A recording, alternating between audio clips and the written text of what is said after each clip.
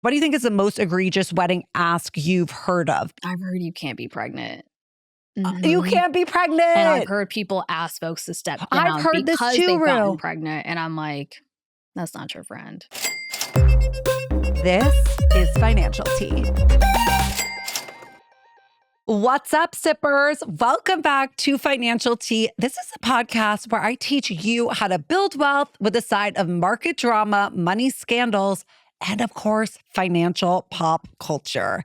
And today, we have Ruhama Wolle. She is the viral author of I Hope You Elope, a Bridesmaid Survival Guide. But first, let's get into the MDJ Market Report. Okay, our first story in the market report is how expensive that fun has gotten and why Americans are buying it anyways. I feel like every story this year has been so doomsday. It's like everything's more expensive, groceries, housing, insurance, gas, and like it is. All the data shows that it is. Everyone is stressed about money in this country. But then you see these stories and it's like couple from Virginia spent nearly $10,000 following the World Cup, or like NBA Finals tickets averaged over $4,000. And then you like go in your group chat or you go on Instagram and you see that like 10 different people that you know have gone. And this is really confusing for economists because they used to think that entertainment would be one of the first things that people cut during tough times. But instead, what we're seeing is that people are delaying buying homes. They are keeping their old cars, but they are still saying yes to the World Cup and to the NBA Finals. And honestly, I think it's a sign of the times because like after years of inflation and layoffs and uncertainty, these experiences have become emotionally so much more valuable than stuff. And anyone can have stuff, especially in dupe culture. So if you have an experience that also like gives you leverage when you're talking about what you did, it makes you seem cool. No one remembers the couch that they bought in 2023, but we all remember where we were when Taylor Swift played All Too Well. Like the Eras Tour, come on. Everyone knew if you went. And Wall Street knows it. Like all of the live event stocks are up. Like Live Nation is up. Madison Square Garden Sports Group has soared. Investors have realized that people are going to sacrifice a lot more before they sacrifice going to these events and making memories. And here's the thing. I actually am obsessed with spending on experiences, so I don't hate this. I believe money is for living. If it's really worth it to you, do it. But I just think that live events take YOLO spending to another level because they come with this built-in deadline that they only happen once. And that's what's dangerous. Like the World Cup comes around every 4 years. And when you get that scarcity into your head, it makes it really easy to stop asking, can I afford this? And just start thinking like, who cares? The future is already screwed up. So I think that's where spending on joy can just turn into financial nihilism, which you have to watch out for. Basically, I think, yes, go to the World Cup, go to the NBA Finals, invite me if you got an extra ticket. I want to go to Ariana Grande on Sunday. Make the memory. But save for it. Don't use a once-in-a-lifetime experience to justify years of payments because the event may only happen once, but that debt is going to show up every month. Our next story is about engagement rings because today's episode is all about weddings, so I had to go there. And I just want to say from personal experience, I used to want a huge engagement ring. Like I was a terror in 4th grade. I think I learned how to use the internet. I immediately went to the Harry Winston website. I found like the 12-carat diamond ring that they had on there. And I was like, yep, that's what I want. But now I'm like feeling so low key because actually in my heart, what I really want is like a small vintage ring. Like that feels way cooler to me. And honestly, the data explains why. And it's because everyone has a huge ring. They're not cool anymore. And rings are not getting bigger because suddenly everyone is Lauren Sanchezing it up and married to a billionaire. It's because the diamond market has seen a huge price collapse, like one of the biggest price collapses in history, specifically the lab grown diamond market, because the price of these has fallen roughly 96% from its peak. So basically a 1-carat lab-grown diamond that used to cost thousands now just costs a few $100s. So from a personal finance perspective, this should have been incredible news. In a perfect world, couples would have bought the same ring they always wanted, maybe a 1 or 2-carat diamond ring, and saved that money and invested the difference. But of course, we live in the age of celebrity where we're seeing so many diamonds. We want a taste of that life, and now they're more affordable.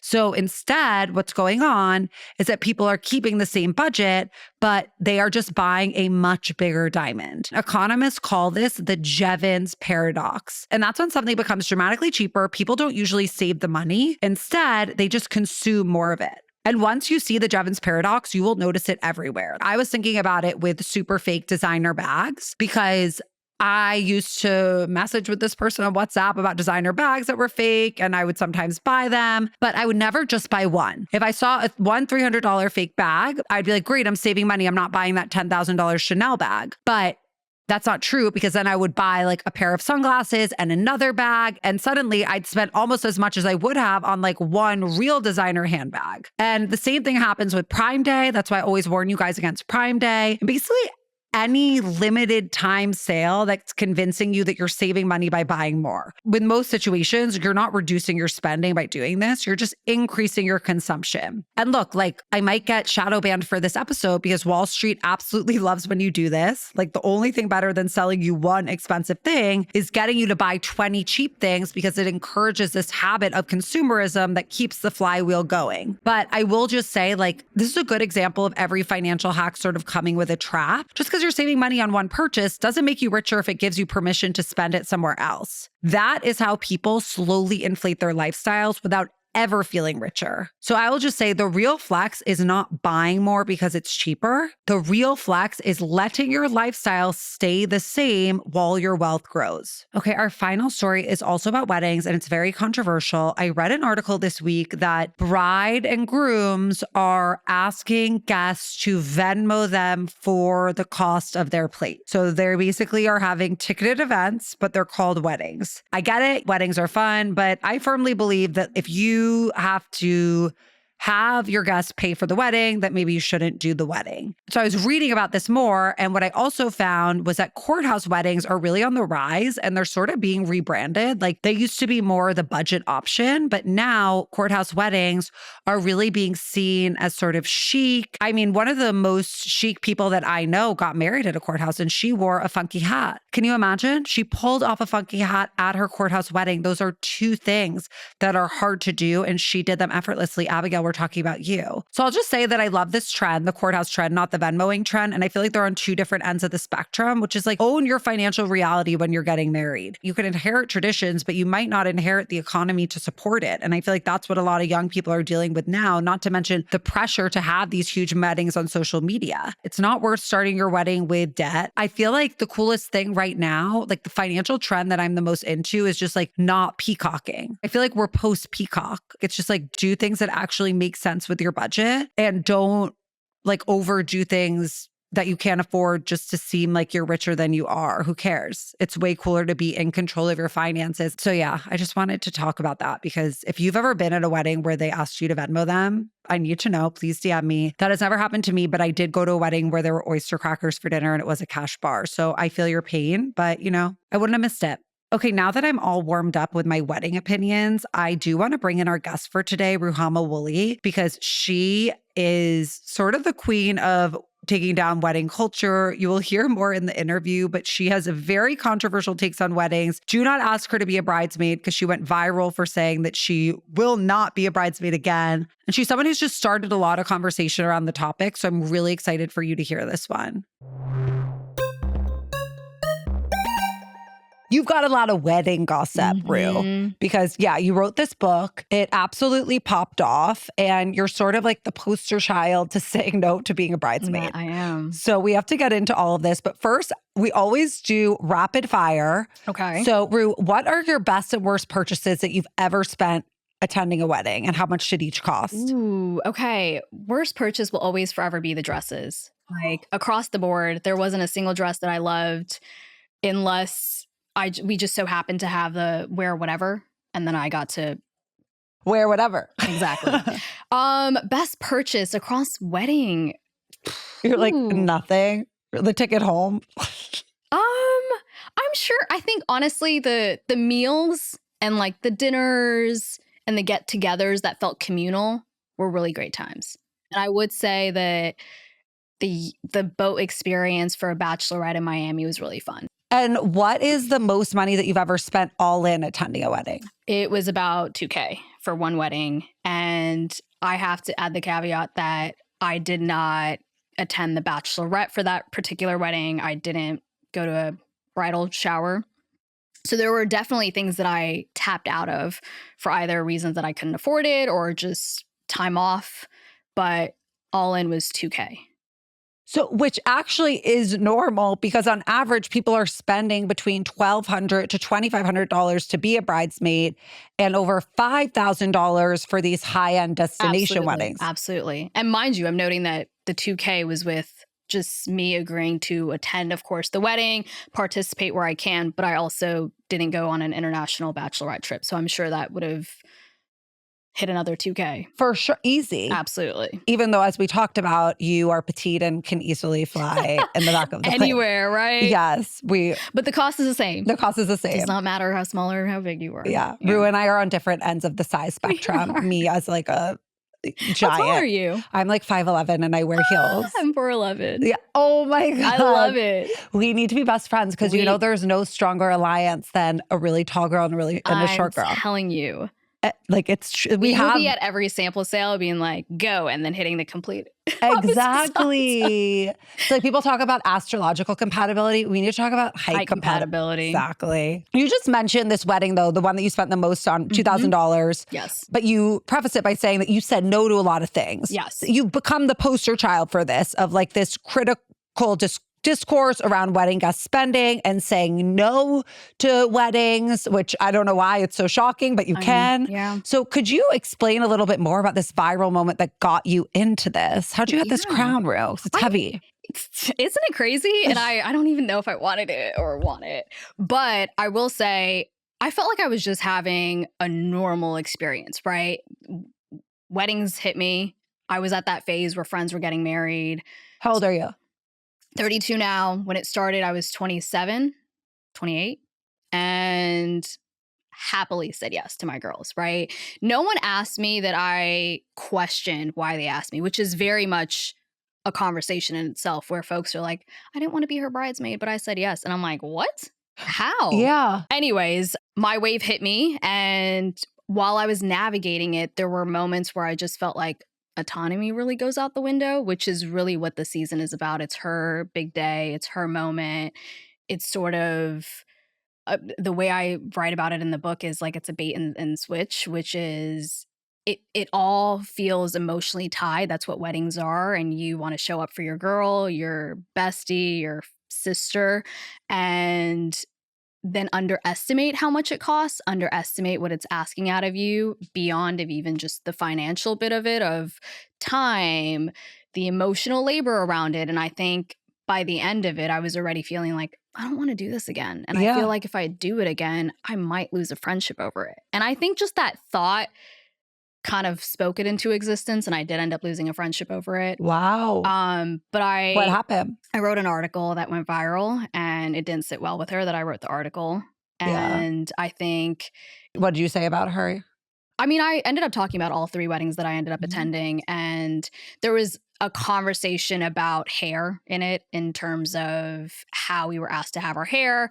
I clearly missed the memo, or I misread it, and it ended up having my hair curly, but not the way she wanted it curly. And I think in the grand scheme of things, I was like, this is what it comes down to. And I think it was a huge miscommunication because for her, it was more so of, if you had just let me know in the moment that this was making you in any way uncomfortable, I would never put my friend in that position. But because during weddings, everyone stays silent and everyone wants to make the bride happy. Yeah. It was a lot of staying silent. And for her, it was like, why were you staying silent? We're not friends who stay silent with one another. And I'm like, I know, but it's hard to explain what weddings really sort of not only reveal, but the pressure they put around folks who are in the bridal party or the community around her. Cause you're just like, I don't want to rain on your parade. And so once I understood sort of the challenges that I was experiencing, because if I was saying at this point in my life, I can be vocal, I can sort of have my boundaries up, and in this season I wasn't able to, I was like, 1, I don't want to put myself in this situation again. And then 2, I wonder if other folks are experiencing this, right? And so I ended up writing an op-ed about it, sort of my way of releasing it.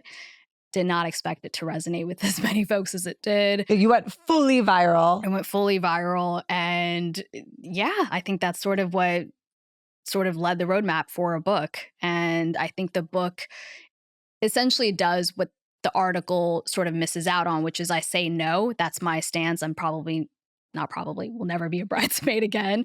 Well, at this point, no one's asking you, bro. Like, I would be You'd scared. be surprised. I have some best friends who probably will attempt to try to ask me. Wow, they're going to get you out of retirement. I say it in the book, I think in my acknowledgments, where I'm like, the only person who can convince me is my sister. My sister's like, I promise you, I am not your problem. I will never have a bridal party as well. So we're aligned in that. But I realize that not a lot of folks can say no, right? And so that's what the book offers. It's if you can't fully say no and you do want to show up, which most of us do want to show up, how can you navigate that in a way where you're not losing your sanity? But going that into is debt? very interesting wording. Like, can't say no. Like, we could say no. So could we it sounds like you've dealt with a few bridezillas. So I wanted to role play in terms of setting these boundaries. Okay, If you're okay. one of those people who thinks, okay, I can't say no, you are here. You are the queen of saying no. Can you teach us? So I'm the bride. Rue, I'm the bride finally. Woo! Yes. The day has come. Okay. And you're the bridesmaid. Okay. And I want you to come on my bachelorette trip to Mallorca. My wedding is in Rome. I'm neither Spanish nor Italian. I just want to have destination events. And I'm not paying for anything, but you have to pay for everything. Yes. And we're not that close, but we're close enough that you have to be in my 17-person bridal party. Okay, I'm going to preface, has me bridesmaid already said yes to being your bridesmaid? Yes, I sent you like a dove in the mail Okay. with like a Love lot of this. glitter came I out. love There was a this. singing telegram. How could you say no? So this is specifically for the bachelorette trip.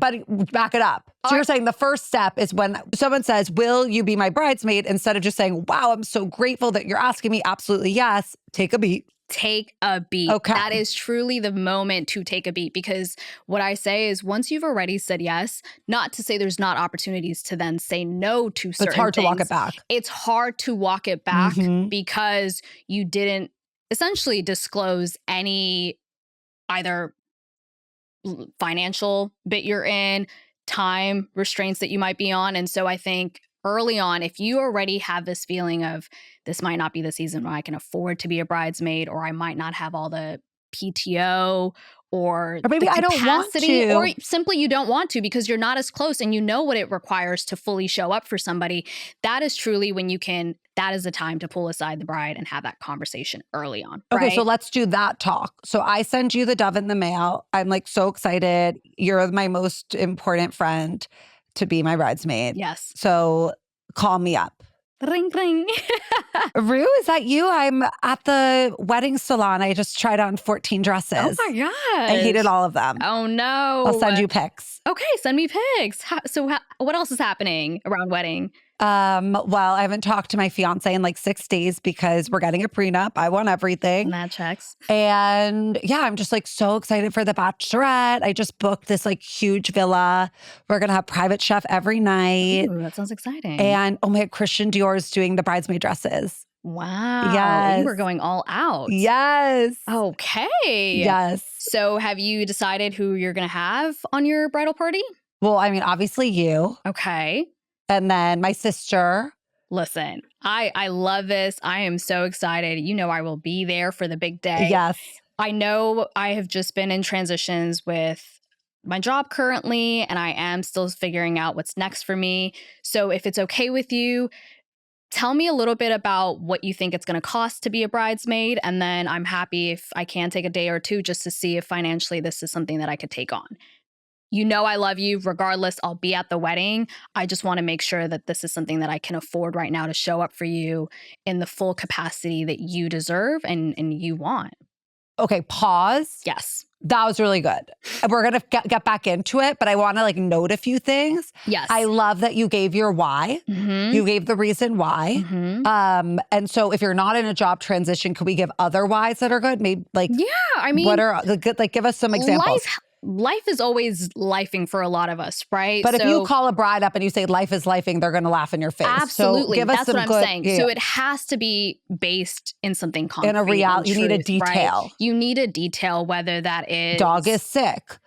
I'm handling family shit is happening. Family shit is happening Yeah. right now. I truly and this is where You need a specific. I also say this really comes down to what that relationship with the bride already is, right? If this is someone that truly knows what's happening in life for you, that is the part where you then disclose, hey, we've been talking about where I'm at with XYZ, yeah. XYZ. But what if nothing's happening and it's just too expensive? I feel like too expensive I'm like, we are in a recession. We are not in a No, I rom-com get that. at Like this point. wages are up 7%, But if cost of living up you 67%. disclose to your friend, right, let alone best friend, that's truly who should be asking you to be their bridesmaid, and you're telling them you cannot financially afford that at this time, and they can't respect that or honor that, That ain't your friend. That's not your friend. That's not your friend. And I agree. And I truly think that no friend, let alone community per member, should require you to spend more than you have, right? Like, we are not going into debt for one another. Like, that is not what friendship is. That's not what community is. And so I think there's definitely an honest conversation around that. I do think that if this is someone that you truly consider a friend and want to continue having relationship with, giving alternatives.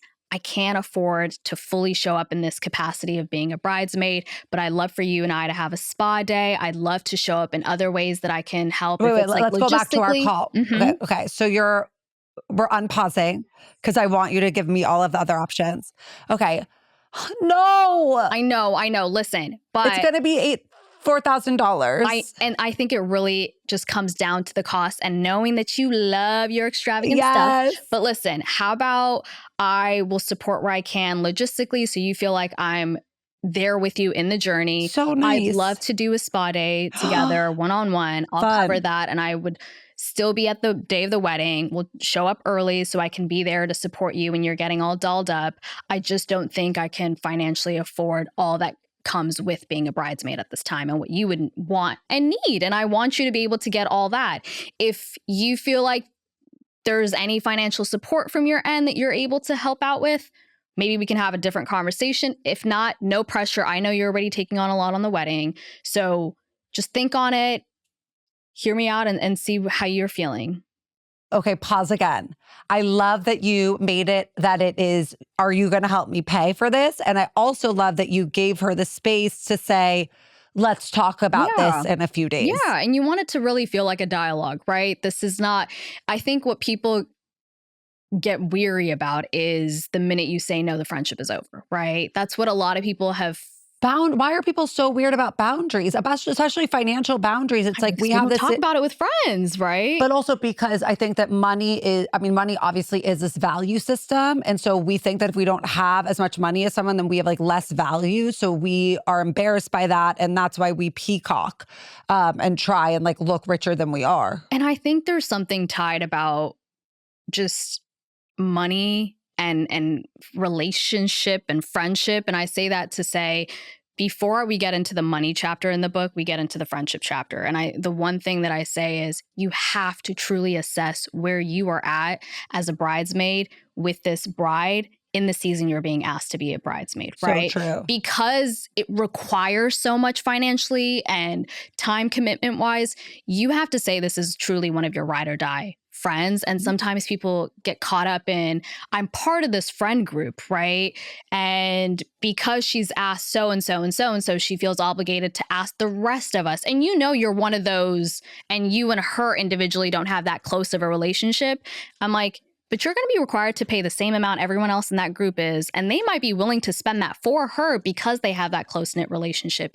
But if you don't, that's when resentment builds up, right? And so that's where boundaries need to be addressed early on, because yes, she might have you as a filler space, right? Or a filler bridesmaid, and she may never disclose that, because who does? And she feels it, you feel it, but you've now just agreed to kind of take on that journey and take on all the costs. So I really address that, understanding where you are in that friendship. And I say it in the book as well, brides, if you are asking someone to be your bridesmaid, please go through this, right? Is this someone that you say you're super close to, or is this because your aunt has required you to include a cousin, right? Yeah. And I think it comes down, there's essentially two analogies I use in the book. To start that chapter, I use essentially something that happens across a lot of ethnic cultures, specifically Nigerian culture, which is... Yeah, you explaining the Nigerian wedding culture, and Yes, and girl, they do not spraying. come to play. It's a Listen, season. It's not a wedding. I love it. It's called spraying. Oh my where gosh. essentially there's a moment when the bride and groom are on the reception dance floor, and it is a moment where the family celebrates them and celebrates the union by throwing cash, right? And it is the moment where folks start pulling wads of 20s. It could be ones, it could be 100s. It's like a strip club. Listen, and it is a moment to just encourage dancing. And in that moment, no one is checking who put on a dollar bill versus who put on a $20 bill. And so I think that moment of giving really comes back to this notion that we will give, and we will give graciously when it's not obligated, right? And when it But also feels in relationship to what we can give. Exactly. Like I was to the people that we want to give, right? But the minute obligation sort of sits around it, I think people get very sticky on the conversation of finances and spending. But I also think that like so much of spending is relative. And what's hard about bachelorette trips is that now, especially with social media, it's become so connected to like peacocking. I want to talk about how like pop culture and influencer culture has really distorted the Absolutely. reality here. Like I was thinking about Lauren Sanchez's bachelorette, which she spent $670,000 on. She paid for everything. It was in Paris. Kim Kardashian, Katy Perry, they all brought their glam teams. They stayed at, Cheval Blanc, the most expensive hotel in Paris. And when you actually run the cost of what $670,000 feels like spending for Lauren Sanchez to a normal person, it's $4.50. So her paying for that bachelorette was literally like in Brooklyn, a coffee is $7. It's not even buying a coffee. So, you compare yourself to that. You compare yourself to Acquired Styles Bachelorette, which went super viral, but was paid for completely by that Swan Beauty AI mirror, whatever the hell it is. Okay. And, all the girls that went on that didn't have to pay for the flight. They didn't have to pay for the villa. Of course, they paid for like their outfits and all of that stuff. But, the everyday bridesmaid and bride is watching this stuff on TikTok, and they don't see the influencer contract with all these brands that's getting it for free. They don't see the billionaire bank account. They just see the aesthetic, and they're thinking like, oh, this is what a bachelorette party is supposed to look like now. And it's repeatable. Yeah. So like, how are normal women supposed to compete with this standard that's being financed by either corporate brand sponsors as well? And I think that's the content influencer culture that's sort of taken a hold of social media for a few years now, which is you see it, you want to replicate it in some capacity, but underestimate what those costs are, right? And I think social media is the new Pinterest of it all, in the sense that folks are going and they're seeing their favorite influencers, celebrity, have these incredible weddings, bachelorette moments, and want to be able to repeat that. And I'm like, did you know that they did not pay for most of that? It was those gift bags with every beauty product that you could think of was either gifted or it was brand sponsored. And I think that sort of sets the tone for what the rest of our country is sort of tapping into. And I also write about how America is the outlier in all this, where a lot of that's so interesting cultures, for the most part, the bride is paying for her bridal party. Okay, summer's here, and after working so hard this spring and this year, I just want to enjoy my vacation this August and not be so fixated on paying for it. But obviously, I can only relax if I know it's in the budget, and Monarch has helped me so much with tracking these costs, making the whole thing way less stressful. Monarch is the personal finance app that tracks everything: accounts, investments, saving goals, and spending. Get your first year of Monarch Core for half off, just $50 with promo code FinancialT. I just turned 35 and I had a savings goal for this birthday that Monarch helped me identify and track, and I hit it. So yeah, I'm going to enjoy Greece and Italy in August, and the app is so easy to use. Plus, you can ask Monarch's AI assistant anything about your finances, like how much did I spend on travel last summer, or can I afford this vacation without touching my savings? Use code FinancialT at monarch.com to get your first year of Monarch Core half off at just $50. That's 50% off your first year at monarch.com with code FinancialT. If you're the bride, what's the maximum financial burden that you should place on your friends before you sort of cross the line into being a bridezilla? I will preface this by saying I've never been married and I've actually never been a bridesmaid, Rue, but I've been a sister of a bride. Okay. And I've been in many bridal parties. I've just never like walked down the aisle. Okay. But for my sister's bachelorette, I'm obviously Mrs. Dow Jones. I was very conscious financially, especially my sister's a doctor. All of her best friends are doctors. And they have so much medical debt. And so I was like, okay, if we're going to do this, she wanted to do it in Mexico. I was like, we have to pay for the villa.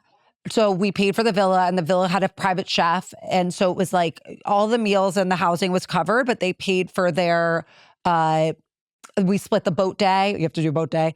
And then we split the, they had to pay for their flights and maybe like the cabs to the villa. But you all were able to offset some costs. We offset a lot of costs. And before we went on the trip, and this is what I always tell people to do, is send an anonymous survey of how much people can afford and also make a budget for it and overestimate the budget, because no one's ever upset if something is cheaper. But you are the anomaly, right? In this whole case scenario. But you are the anomaly too of saying no. So we have to talk about this. Very much so. I think normalizing, and I've seen a lot of brides who now send these Google forms, right? Bridal party is able to anonymously say, hey, here's my budget.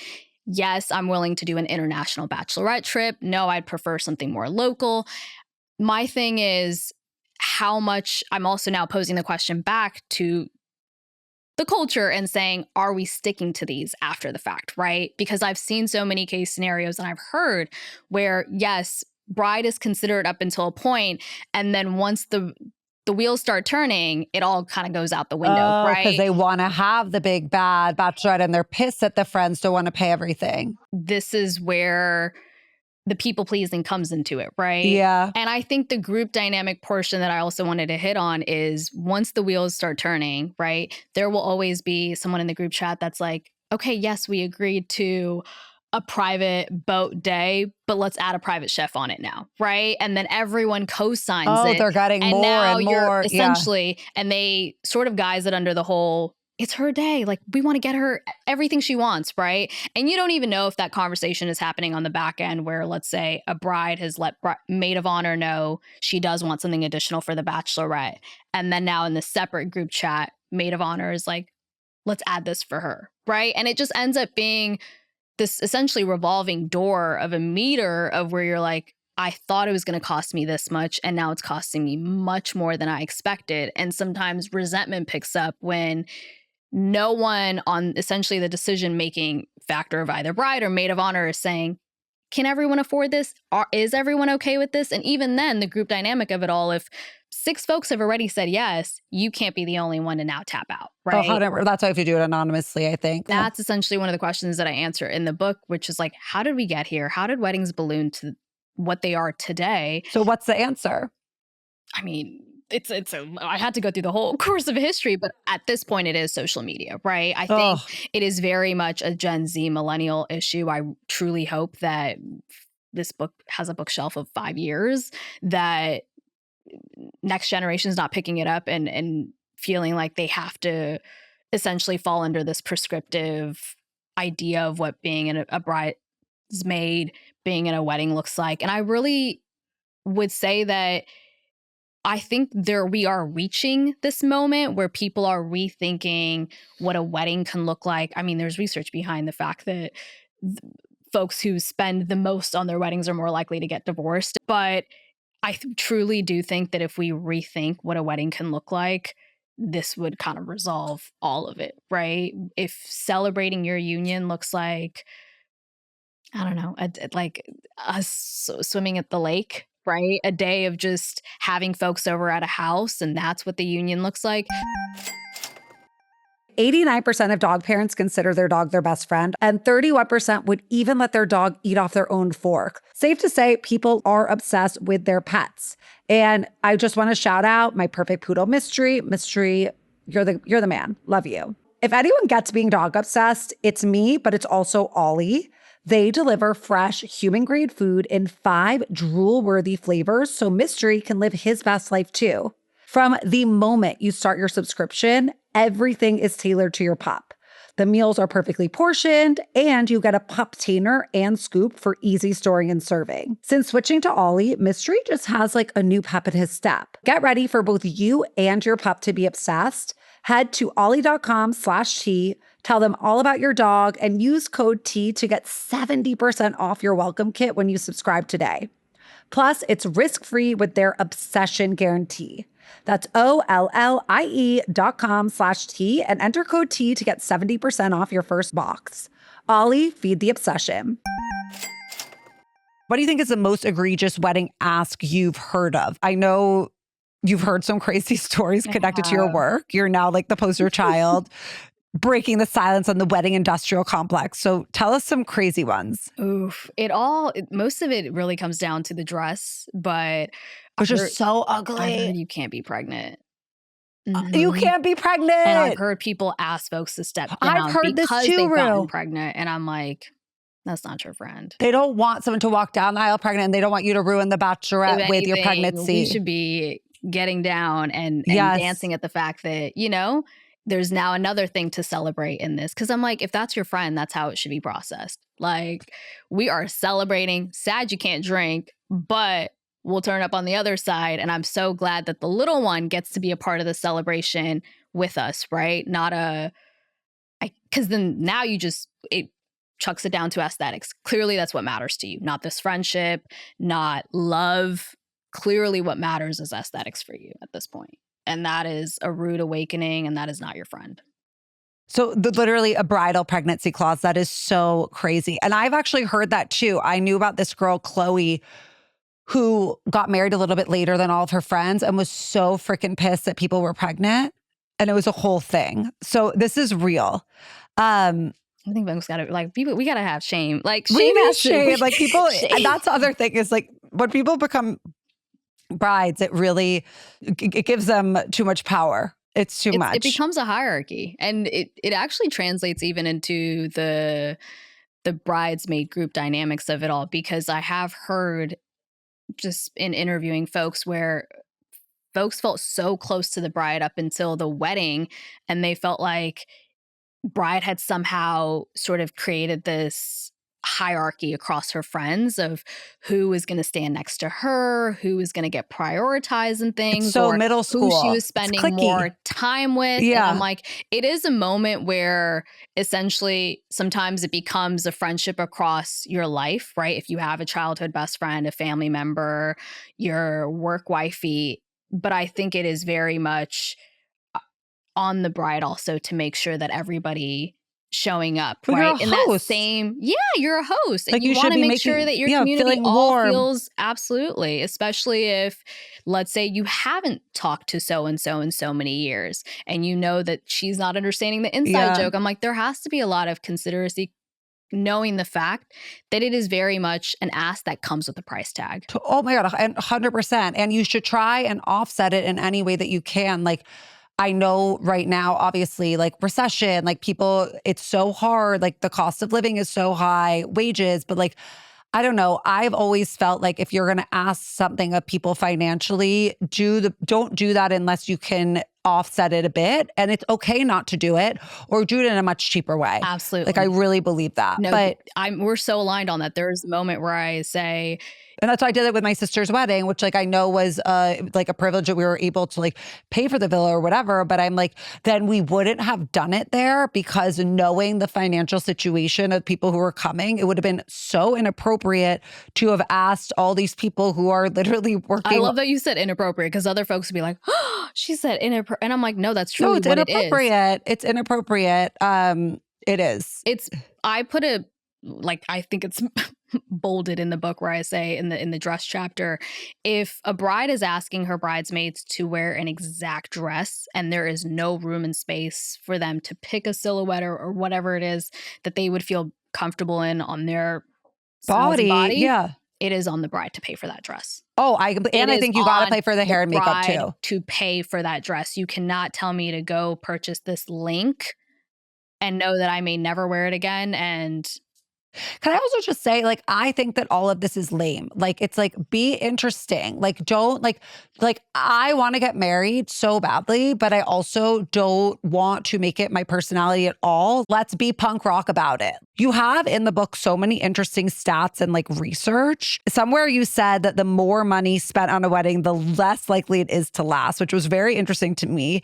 So I would be curious to hear which wedding stats sort of shocked you the most in your research. ooh, I mean, just on average, how many times folks are being asked to be a bridesmaid is averaged out to 5 to 6, right? That's Which so much. That's a Roth IRA. which is nothing. When I can tell you on the flip side, a lot of people that I was interviewing, I was hearing double digits. And for me, sort of that, I couldn't make sense of it, right? I'm like, you are telling me that there were 10, 15 folks in your life that you had to say yes to, right? In terms of showing up in that full capacity of what being a bridesmaid is. Because how many of us can show up for more than, let's say, and that's where I was really going back to research on, in terms of 4 to 5 folks in a given season is probably the capacity any human person has to show up and really love on Yeah, you can't have 12 best friends. Like, that's insane. It's a tier, but the tier is not that big. and I say How many best friends do you think you really comfortably keep? I think 4. 4 to 5. And like the 5th is sort of like you've been friends forever, you love them to death, but you live in different places and like, you know, you pick up the phone and you have a 2-hour convo once in a while. Yeah. Have you been a bridesmaid 10 times? No, that's insane. So that's why they need you, Ru, because we need to know. That's why you went so viral, because it's like people didn't even realize that they could say no to it. It's like this, you're blowing people's minds. And I think before, the no probably landed a lot harder because the ask wasn't as what it's become now, but because of social media, It's because so, of yeah. brand and influencer culture and what people are digesting, right? Online, of all that can come with it. I think the upkeep is so much that at this point, I can't expect anybody to be shocked when someone says, I can't afford to be a bridesmaid. Of course, it's costing you $2,000 to $3,000 per wedding to be a bridesmaid. And that's what people should look at it more as. It's like that number amount versus just like the emotional implication and all of this other stuff. And it already costs to attend, right? Like, let's just be Oh my real God, on that so much front. money to attend. And I think people forget about that. I'm like, it's never just one wedding and one season. I'm like, I it think is a it's 2,000 revolving door. Like, I'm going to a wedding in September in Ojai, and you know, the Strait of Hormuz made those flight prices really high. I'm gonna be, you know, 5'11" of me just like shoved in the back of coach, like praying for the best on the flight, and you know, then I got to get the car to the thing, and it's like that's gonna be $2,000. Absolutely, 100%. And that's one wedding. What about gifting? I have such a firm stance on it. If you are being asked to be a bridesmaid, a bride should not expect you to also have a gift. What about if you're a guest to a destination wedding, but you're not in the bridal party? I think at that point, it is on the bride and groom to send out a memo from the jump when it is a destination wedding. You all who plan on flying out for us, that is plenty. We are not doing a registry, but if you want to, you know, contribute anything to charity anonymously, or whatever it is, here's the link. Go for it. Okay, I love that. So we don't have to give gifts if we're going somewhere far.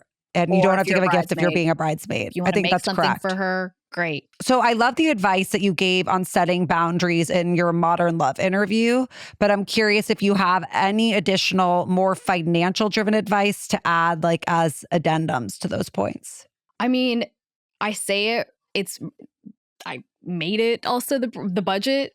Look at it, right? Like, go through it, write down all the numbers of what you think it's going to cost, what you actually have to spend. And I do think that people should probably in their early mid-20s start saving up for weddings across the board. Like, I think there should be a savings account specifically for weddings, whether you are attending as a guest, whether it is you participating in a bridal party. I think there really people should consider having a savings account for that. I think that's really smart. Having an automated deposit into a high yield savings account. But I think something that I'm going to wrap up by saying that a wedding is a want, not a need. Absolutely. Put your own oxygen mask on first and don't be afraid to say no. And also like you can say no even if like you're in a good place financially and this is not your priority because it's still money that you have to spend. And it's not always a hard no, right? It could be a no, but I'd love soft, to do. Yes, it could be I'm getting ready with you. No, it could be but I want to do this with you. No, I got it. Absolutely. Well, Ruhama, this has been so amazing. No, this has been great. I just really love your perspective and you really are empowering us all to have financial boundaries socially, which I think is so hard but important to do. And I feel like the best lesson that we learned from you is just to stand in your freaking power and be unapologetic. Absolutely. And don't say sorry for knowing where the line is. That is a life lesson for me. Yeah. To not continue to say sorry. Yeah, don't say sorry. I love it. All right, well, stay rich. I know you are. I love it.